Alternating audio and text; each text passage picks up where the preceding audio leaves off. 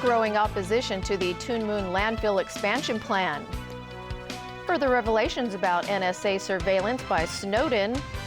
And in Toronto, flooding and power cut following a severe thunderstorm.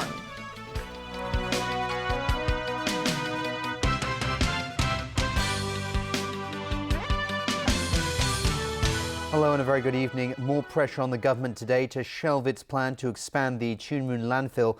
The rural advisory body, Heung Yee-kuk, says the shelving of the Cheung Kwan O landfill expansion plan has raised questions among Tuen Mun residents why they have to put up with a bigger dump near their homes. Rachel Leung reports. The landfill in Tuen Mun is literally a stone's throw away from Ha Pak Nay village. The village chief here says the stench makes them feel sick. Expanding the landfill, he fears, will only worsen the problem. At nearby Long Ku Tan village, the villagers say it is not just the stench, but the noise as well. And they're threatening to launch a hunger strike in protest against the landfill expansion plan. On Friday, LegCo's Finance Committee will take up the government's funding requests for the expansion of the landfills in Tuen Mun and Ta Kulang. But there's growing opposition to the expansion plans. The Civic Party staged a protest outside Government House today. We all know that Tuen Mun landfill will only be filled up not today, but at the year of 2018. There wasn't any urgency for the government to submit the budget at this moment. The Heung Yee-kuk took out ads in local newspapers today, accusing the government of not consulting area residents on its landfill expansion plans. It says the problem was further complicated by the shelving of the Cheung Kwan O expansion plan. The move, the cook says, has not only angered the people of Tuen Mun, but has split the community. The government has warned that the existing landfill sites will reach full capacity by 2020 if Hong Kong continues to generate rubbish at the rate it does now. Today, the chief executive said even with the greatest effort on reducing waste at source, the landfills will still be necessary for solid waste. Speaking before today's Executive Council meeting, Leung Chun-ying explained that the funding requests are not meant for immediate expansion of the landfills, but to look into how to minimize the impact on people living nearby. That study alone will take a couple of years, and during that time, the government will seek local opinions. Chief Secretary for Administration Carrie Lam explained that the Cheung Kwan O plan was shelved because the particular site is closer to residential areas than the other ones. She will attend a Tuen Mun District Council meeting later this week to listen to people's grievances and demands. Rachel Leung, TVB News. In other local news, a major political party is calling on the government to do more to promote the recycling of plastic. It says recycling is a good way to ease pressure on the city's landfills. Joel De Silva reports. Plastic waste separated for recycling. The Democratic Alliance for the Betterment and Progress of Hong Kong says the city is drowning in it and wants the government to do more to support the recycling industry. 4 legislators from the pro-establishment party handed in a petition to the Environment Bureau. They note that since the mainland tightened plastic waste imports from Hong Kong last March, the city has accumulated 10,000 tons of plastic waste in storage.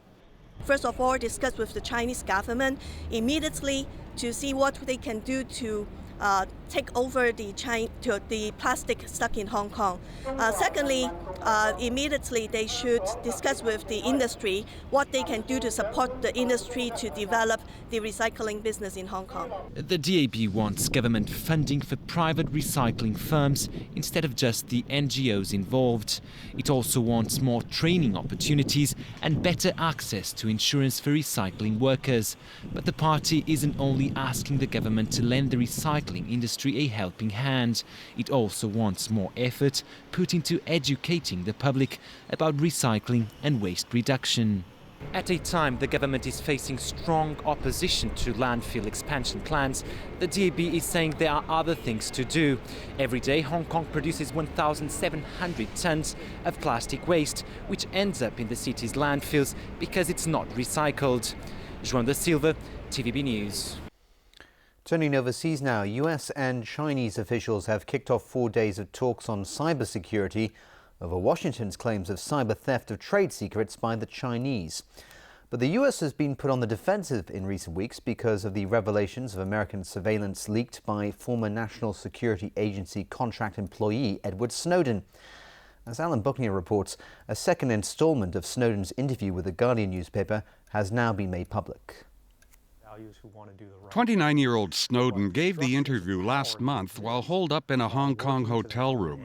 Following the release of the first part of Snowden's interview, the National Security Agency, or NSA, stated it targets only foreign traffic, something Snowden refutes. The primary disclosures are the fact that the NSA doesn't limit itself to foreign intelligence. It collects all communications that transit the United States. There are literally no ingress or egress points anywhere in the continental United States where a communication can enter or exit without being monitored and collected and analyzed.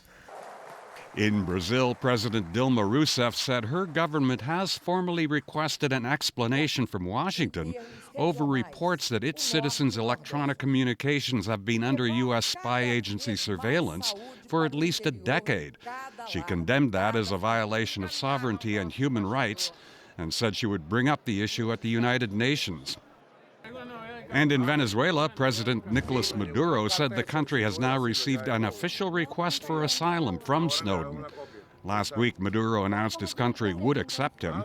He said Snowden now has to figure out how to get to Venezuela from Moscow, where he's believed to be staying in an airport transit lounge. Alan Buckniat, TVB News.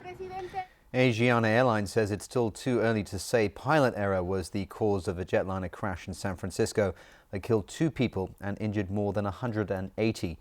U.S. investigators are still trying to find out if one of the Chinese teenagers who died was struck by an emergency vehicle, as well as why the aircraft was flying at such a low speed before it hit the ground.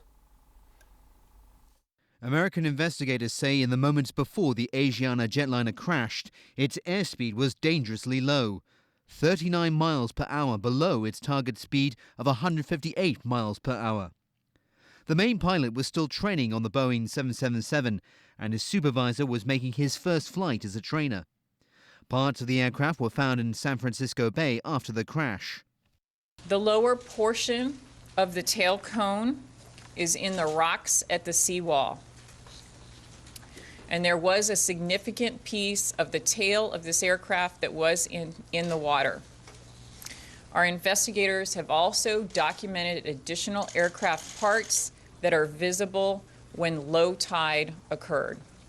U.S. investigators also say they have not concluded yet if an emergency vehicle hit one of the 2 Chinese teenage girls who died in the disaster. Authorities have reviewed airport surveillance camera footage, but a coroner would need at least 2 weeks to make a ruling. There have been a lot of questions about one of the fatalities with respect to a emergency response vehicle. We are still looking at this issue. It is a very serious issue, and we want to understand it. Chinese Consul General Yuan Nansheng visited survivors of the crash at San Francisco General Hospital yesterday. There are several injured Chinese passengers in General Hospital, so Consul General come here today to see them and to comfort them and tell them we will do our best to help them. We just want to bring our best wishes to the injured people. The president and CEO of Asiana Airlines will also be visiting those who suffered injuries in the incident. He said in Seoul today it's still too early to say if human error was to blame for the crash. Meanwhile, South Korean President Park Geun-hye offered her condolences to the families of the 2 Chinese victims. A severe thunderstorm hit Toronto in Canada, causing flash flooding and cutting power to at least 300,000 people. The 10 centimeters of rainfall recorded almost tripled the city's single-day high. The city's subway system was shut down, stranding thousands of commuters during the evening rush hour. Police and firefighters had to rescue about 1,000 people stuck in a 10-car commuter train that was immersed in water. The storm left the city's core dotted with abandoned cars, some sitting with water up to their windows. The number of dead in a fiery oil train derailment in the Canadian province of Quebec has risen to at least 13 now. Investigators are trying to find out if an earlier blaze on the same train had anything to do with the tragedy. Authorities have been examining that fire in a nearby town. It involved one of the train's locomotives just a few hours before the derailment. They have recovered its black box and are now trying to find out if its air brakes malfunctioned. Investigators say that sequence of events is a focal point of their probe. Dozens of people are still missing, so authorities warn the death toll is sure to rise.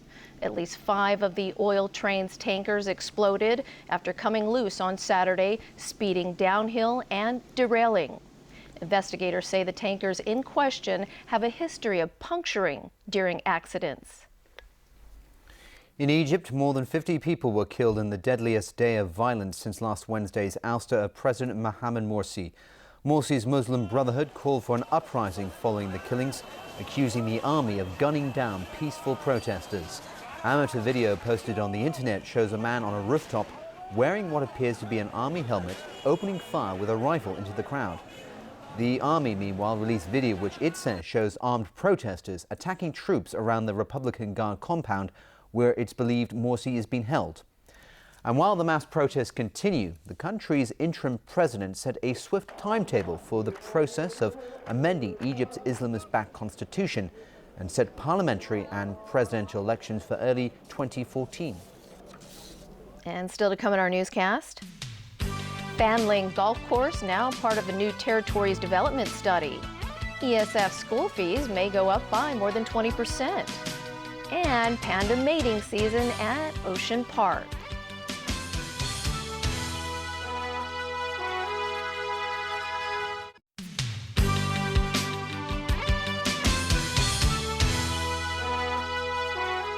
And a warm welcome back. The Japanese Defense Ministry has warned that the country faces increasingly serious security threats from China. The release of the Defense White Paper, which is also critical of Beijing in the dispute over the Diaoyu Islands, came as Japanese paratroopers held a drill in the foothills of Mount Fuji. According to the report, there are various issues and destabilizing factors in the security environment surrounding Japan. It accuses Beijing of intruding into its territorial waters in the dispute involving the islands, also known as the Senkakus in Japan.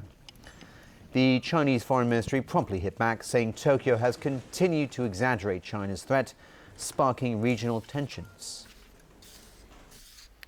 Well, inflation on the mainland rose last month but was below the government's target. Analysts say that's a sign of weak demand amid an economic slowdown. According to the National Bureau of Statistics, the Consumer Price Index grew 2.7% in June year-on-year. That's up from a 2.1% increase in May, but below the government's full-year target of 3.5%. The Bureau said higher inflation last month was mainly due to rises in food prices. The latest CPI figures fueled fresh concerns about GDP growth on the mainland. Economic growth slowed to 7.7% in the first quarter of 2013, after hitting a 13-year low of 7.8% for the whole of last year.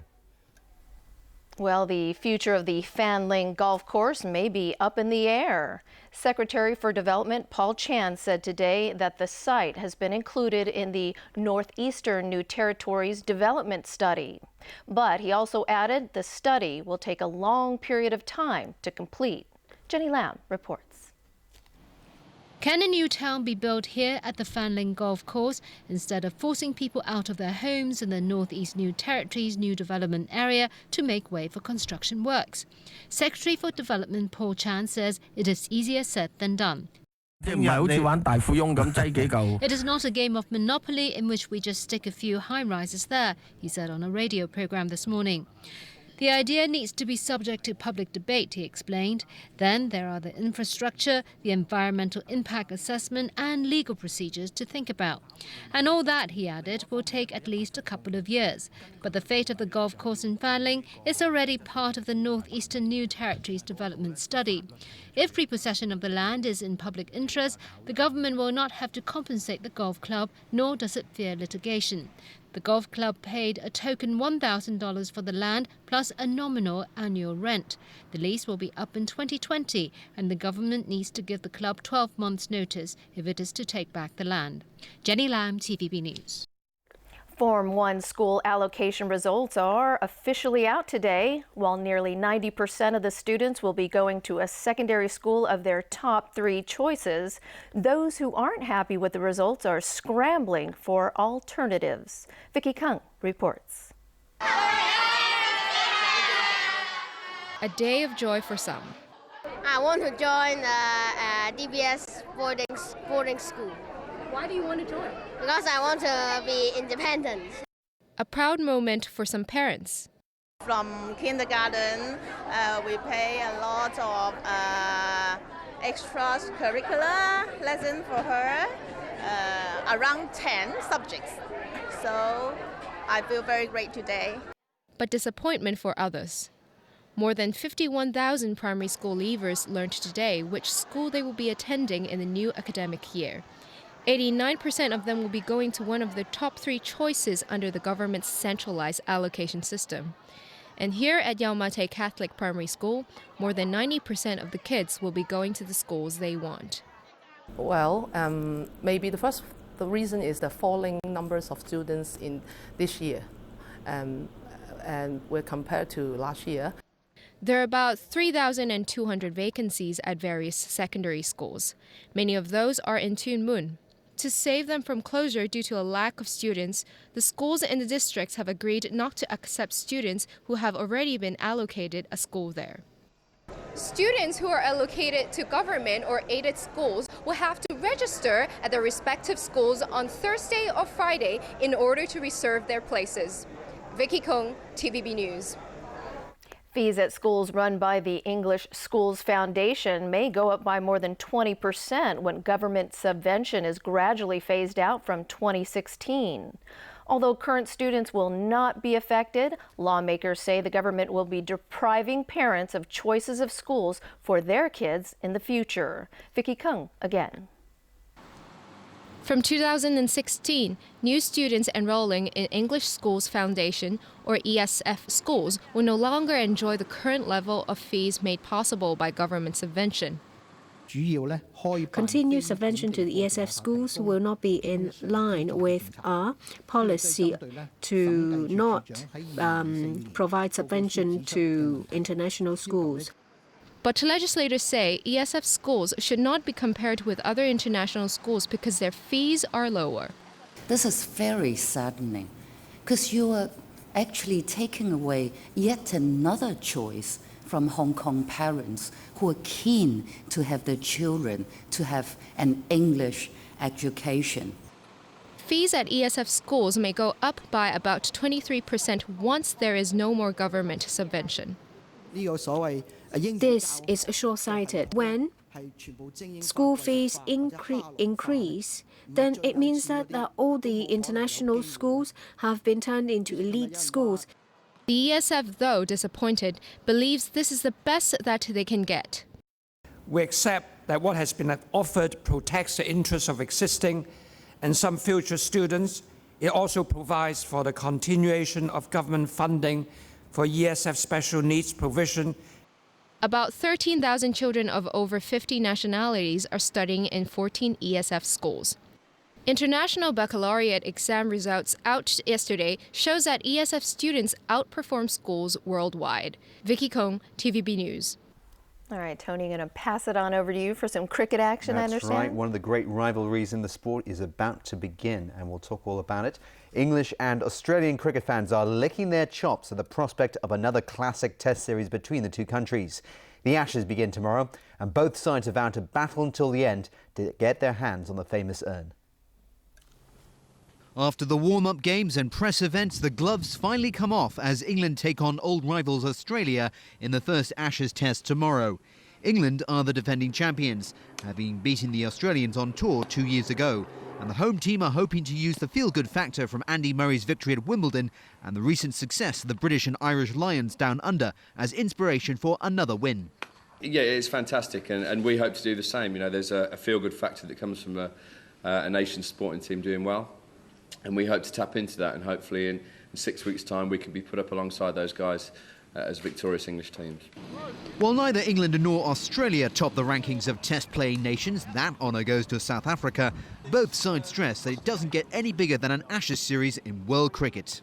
Everyone's excited about the campaign. It's not hard to get up for a series like this. This is the biggest series from a player's point of view in Australia that you play. So it's not hard to come together and enjoy the moment of a test series about to start. The Ashes will see England and Australia play each other in 5 test matches over July and August. On to another version of the batting game now, and the Detroit Tigers had a convincing win away to the Cleveland Indians. Detroit's Victor Martinez hit a 2-run double in the 10th inning as the Tigers beat the Indians 4-2. Detroit have won 3 out of 4 games against Cleveland and increased their lead in the American League Central Division.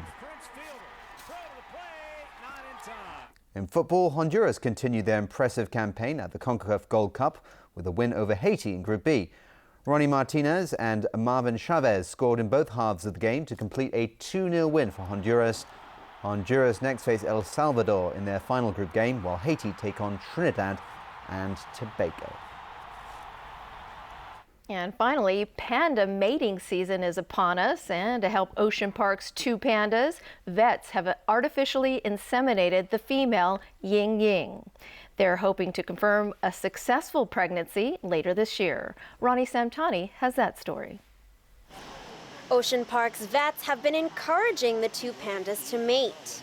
But the famous couple have failed to produce any cubs naturally, and so keepers have now been trying artificial insemination. They are not able to carry out a successful natural mating because of their inexperience, as said, but they have displayed all the normal interest behaviors. Experts say both animals are healthy and doing well. The animals, which are notoriously difficult to breed, were just recently artificially inseminated for a 3rd time. The amusement park says to ensure a positive pregnancy, it's all about timing. For artificial insemination, we can only base on the hormonal change, the animal's hormonal change, as well as from the behavior we predict their interest peaking, and then choose the right timing. Ocean Park curators are hopeful that this round of artificial insemination will be successful. They say they will be able to confirm pregnancy between October and November this year. Ronnie Samtani, TVB News. And we too are looking forward to that. Thanks so much for watching, and good evening. Good night.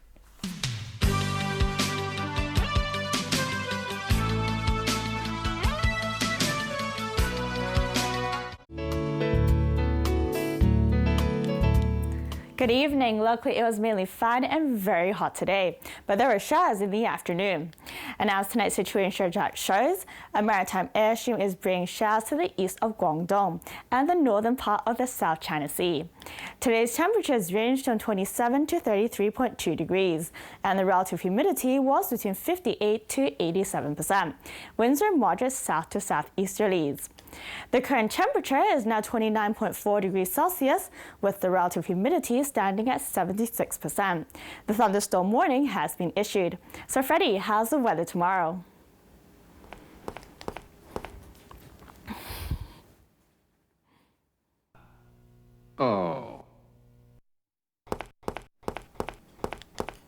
It will be mainly cloudy with showers tonight.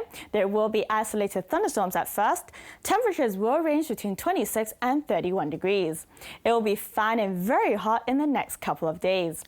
Tomorrow's API is forecast at 10 to 75, and the pollution level will range from low to high. And the maximum UV intensity forecast for tomorrow will be about 5. And here's the latest global weather update. Sunny in Shanghai, showers in Taipei, cloudy in Xiamen. Sunny in Guangzhou, bright in Macau, rain in Chengdu. Thunderstorms in Beijing, rain in Seoul, cloudy in Tokyo. Thunderstorms in Bangkok, rain in Ho Chi Minh City and Manila. Bright in Kuala Lumpur, thunderstorms in Singapore, rain in Jakarta. Thunderstorms in New Delhi, rain in Karachi and Mumbai. Sunny in Cairo. Showers in Brisbane and Sydney, sunny in Melbourne. Showers in Toronto. Sunny in Vancouver and San Francisco. Bright in London, sunny in Paris, cloudy in Amsterdam, sunny in Zurich. And that's the weather. Have a lovely evening.